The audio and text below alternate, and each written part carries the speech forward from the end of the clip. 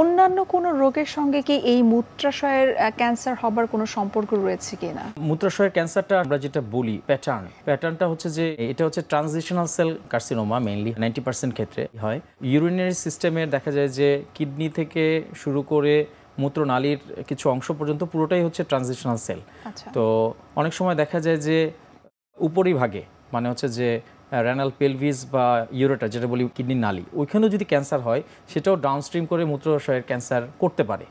আবার মূত্রাশয়ের ক্যান্সারও উপরের দিকে ছড়াতে পারে। সেজন্য এটা বাইলেটারাল অনেক সময় আমরা বলি যে 1 to 4% কেসে যে আপওয়ার্ড স্ট্রিমের ক্ষেত্রে অনেক সময় মূত্রাশয়ের ক্যান্সারের সাথেও নালীর ক্যান্সার থাকতে পারে। এরকমটা বলতে পারি। আর কি কি প্যাটার্ন রয়েছে এই মূত্রাশয়ের ক্যান্সার? সাধারণত আমরা বলি যে ন্যাচারাল হিস্ট্রি হচ্ছে দুই ধরনের। একটা হচ্ছে যে রিকারেন্স, মানে মূত্রথলির টিউমারগুলো আসলে এমন একটু আজব প্রকৃতির যে আমরা যখন পেশেন্টকে প্রথম দেখি এবং ডায়াগনোসিস করি যে আপনার তো ব্লাডের ক্যান্সার হয়েছে, তো সেক্ষেত্রে আমাদের একটা কাউন্সেলিংয়ের পার্ট থাকে যে আমরা যদি এটা পরিপূর্ণভাবে কেটে নিয়েও আসি, পরবর্তীতে এটা আপনার হবার সম্ভাবনা আছে। কারণ এটা হচ্ছে যে তার রিকারেন্স। আমরা রিকারেন্স বলতে বুঝাই যদি আগের যে ক্যান্সারটা ছিল ওই একই রূপের ক্যান্সার, মানে reappearance of the tumour with same grade and stage যদি হয়, তাহলে এটাকে আমরা বলি রিকারেন্স। এটা হচ্ছে একটা প্রকৃতি বা প্যাটার্ন। আরেকটা হচ্ছে যে টিউমার প্রোগ্রেশন। আমরা বলি যে যেই টিউমারটা আমরা পেলাম এটা দেখা গেছে যে সুপারফিশিয়াল টিউমার, মানে শুধুমাত্র ল্যামিনা প্রোপ্রিয়াতে আছে। ব্লাডের টিউমারের কতগুলো লেয়ার আছে, যেমন উপর দিকেরটা আমরা বলি ল্যামিনা প্রোপ্রিয়া, তারপর হচ্ছে যে আমরা মাসেল লেয়ার বলি, তারপরে সেরোসা বলি। যদি মাসেল ইনভলভ না করে উপরের দিকে ইনভলভ করে থাকে, এগুলোকে আমরা সাধারণত সুপারফিশিয়াল নন মাসেল ইনভেসিভ ক্যান্সার বলি। দেখা গেল প্রথম যে টিউমারটা আমি কেটেছি সেটা দেখা গেল যে নন মাসেল ইনভেসিভ ক্যান্সার।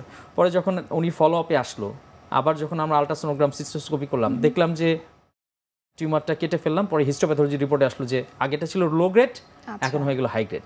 আগেটা ছিল T1 স্টেজ, মানে শুধুমাত্র উপরের ল্যামিনা প্রোপ্রিয়াতে ইনভলভ, এখন দেখলাম যে সেটা মাসিল ইনভলভ করে গেল। এই দুইটাই হচ্ছে যে main natural history or pattern.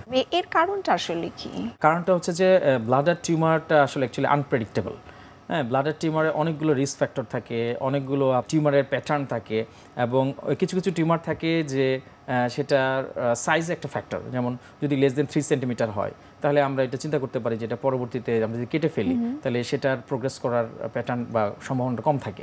কিন্তু যদি দেখা যায় যে মাল্টিপল টিউমার, আবার দেখা যাচ্ছে যে মোর দেন 3 সেন্টিমিটার, আবার কিছু প্যাটার্ন আমরা বলি মরফোলজিক্যালি যে এটা সিসাইল না ব্রড বেস, এরকম থাকলে পরে এদের পরবর্তীতে হওয়ার সম্ভাবনা খুব বেশি থাকে। তো এর বিশেষ কোনো কারণ আছে কিনা বা পরবর্তীতে আসলে কি করণীয়?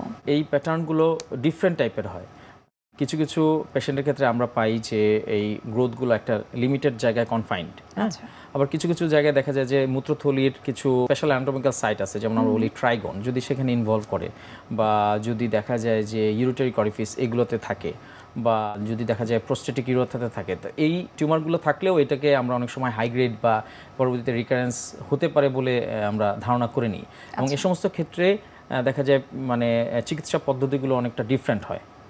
শুধুমাত্র যে অপারেশন করে দিলাম, রিসেকশন করে দিলাম, টিওরবিটি করে দিলাম, শুধু তাই না, এর পরবর্তীতে অনেক সময় কেমোথেরাপি দিতে হয়, বা অনেক সিস্টেমিক থেরাপিও পরবর্তীতে according to pattern histopathology report অনুযায়ী করতে হয়।